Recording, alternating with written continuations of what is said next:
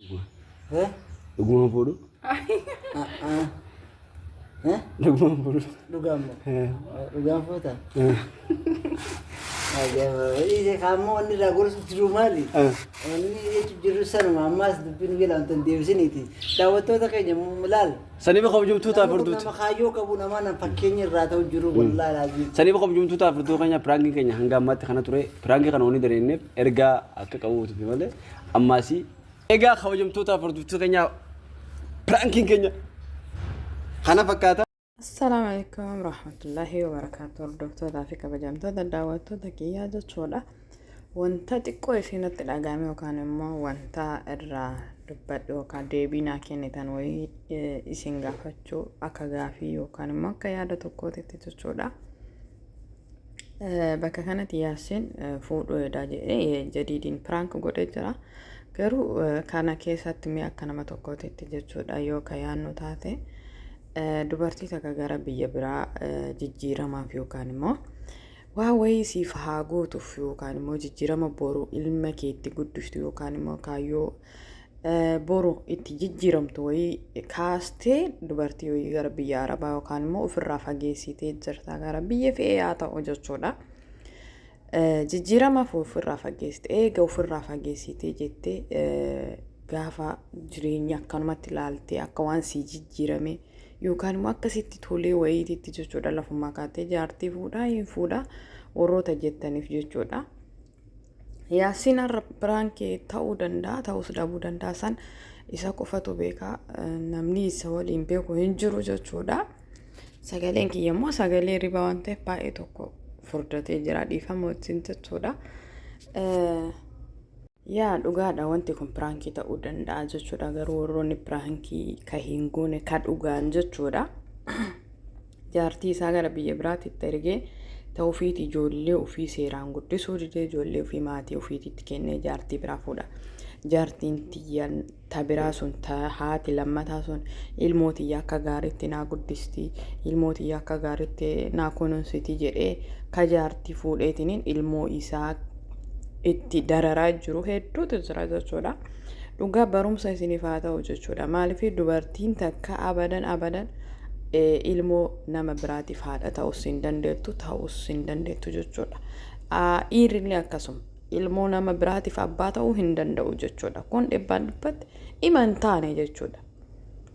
Maaliif yoo ilmoo san dararuu barbaaddanii ilmoon sun dararaadhaan haa guddattu yookaan immoo haa dararamtu baqqaa jedhanii yoo ittuma dhiisaniitumaan jireenyuma ofii bichaa tasammuu ofii san qofa bichaa of gammachiisuu taate malee kan haati biraa ilmoo ofii gammachiistuun agarree jechuudha.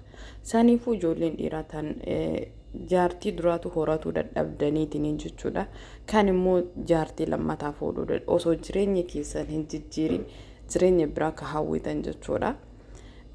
Dhaamsa kana isiniif dhaamuu barbaada. Dhaamsi isiniif dhaamu akka nama tokkootitti akka sammuu kiyyaatitti jechuudha akka yaada kiyyaatitti waan kana osoo dhiistanii bareeda yoo ka jaartii lama barbaaddan taate jaartii duraallee biyyaan baasina ilmoo isii biratti haateettu bakka isiin jirtutti jaartii biraa fuudhuu hin dandeetta jechuudha. Yoo jireenya akka jaartii lama fuudhuu ka dandeettu taate jechuudha garuu ilmoo isiitti irratti jaartii biraa warroonni fiddan dhugaa maasita guddaa dalagdan maasita guddaa jechuudha. Maaliif jennaan abadan haati lama hin jirtu. Haati takkitti makalaas takkitti si dhalte san qofa haati ta'e malee haati tabiraa iman dhalannes iman jirtus jechuudha. Saniifuu wanti kun isaa maaliif akka piraankiitti inni fayyadamuu danda'a garuu akka dhugaatitti fayyadamtanii deemtanii fuutanii jireenya ilma namaa keessatti immoo baay'ee madaa warri keettan hin jirtan warri argitee dubartiin takka cimtee isin dalagdee kaayyoo tokkorra kaayyoo tokkotti isin dabarsaa jireenya kana hin dabarsaa jettee kophummaan isii miidhee yookaan immoo yaada hedduu sammuu keessa osoo isii jiru yaada san hunda dandeettee jireenya keenya fooyyessuuf gaafa isiin xaartu isiin dammoo jireenya kaayyoo biraa kaastanii kaayyoo isiin hin yaanne yookaan immoo kaayyoo sammuu isii keessa hin jirre fuutanii sammuu isii keessa keettanii jechuudha. Saniifuu wanta akkanaa kun osoo dhaabbatee bareeda. Yoo ka dandeettanii of dandeettan taate durumaayyuu jaartii teessan biyyaa hin baasina baqa. Durumaayyuu jechuudha. Amma Yaasiin fuudhus danda'a, fuudhus dhabuus danda'a. Sun ka isaati, jireenya isaati. Garuu immoo kan inni fuudhu taate ilmoo kanaaf hin yaadu jechuudha. Ijoolleen isaa akka miidhamtu beekamaadha. Waan ta'eef jechuudha. Saniifuu Yaasiin waan akkanaa piraankii jetteetiin dhugaa hin godhini. Maaliif mucaan eenyu Muktaaree osoma piraankii jedhu gaafa kaan jaartii fuudhuu edaa jedhee as baasee jechuudha. Warri yuutubara ta'anii fi miti. Maaliif yuutubara ta'anii fi miti. Yuutubara ta'uu dhabuu fi miti. Ijoolleen dhiiraa hundi isaaniitu jechuudha. Amala akkana kana ofirraa kaasa. Maaliif jennaan namni tokko kaayyoo dura kaayyoo manaa ba'eef yookaan immoo kaayyoo dura jaartii isaa gara biyya biraatitti ergeef san dagatuu hin qabu jechuudha. Namni waa'uufuu jaartii of biraa fageessee jechuudha. Yoo hin taane taate duruma ofirraa fageessuu dhabuudha. Eegamoo ofirraa fageessee jedhee kaayyoo san dagatuu hin qabu jechuudha. Yaasiin jaartii ta'e waliin rabbiin walitti isin haa fiduu jechuudha.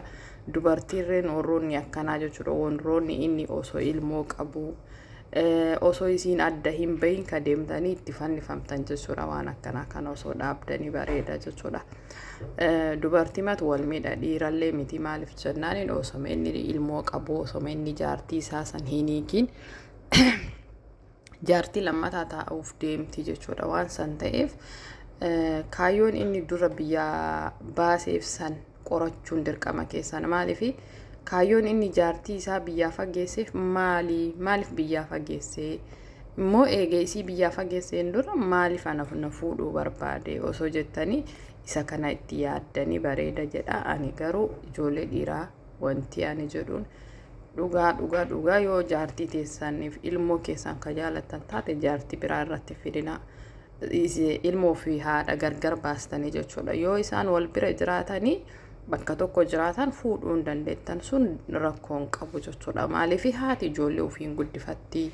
Ijoolleen isii ija namaa hin arganii. Haala hin taane haati sunillee deemteetiin isaan qeequu hin dandeettu waan ta'eef bakka ilmoon jirtutti fuudhuun rakkoon qabu. Bakka haati jirtutti bakka haati hin jirretti garuu haadha biraa namarratti fiduun hedduu ulfaataa waan ta'eef waan kanarraa isin hundinuu qusadhaa sanin jedha. Maatii jaalalaa kanniiniif du'aa godhaa fi rabbi dhiyoo kanatti walitti isaan haa qabu. Walitti dhufanii nama waliin jiraatu mana oo'aa keessatti rabbi isaan waliin haa jiraachisu isin jedha. Haga sagantaa biraatitti walitti deebinutti hordoftootaaf kabajamtoota kiyya. Asumaan assalaamu alaikum rahmatullahi wa barakaatu sanan jedha. Ijoollee taniiniif du'aa godhaa fi rabbiin walitti isaan haa fidu. Yaasiin anda kaanus.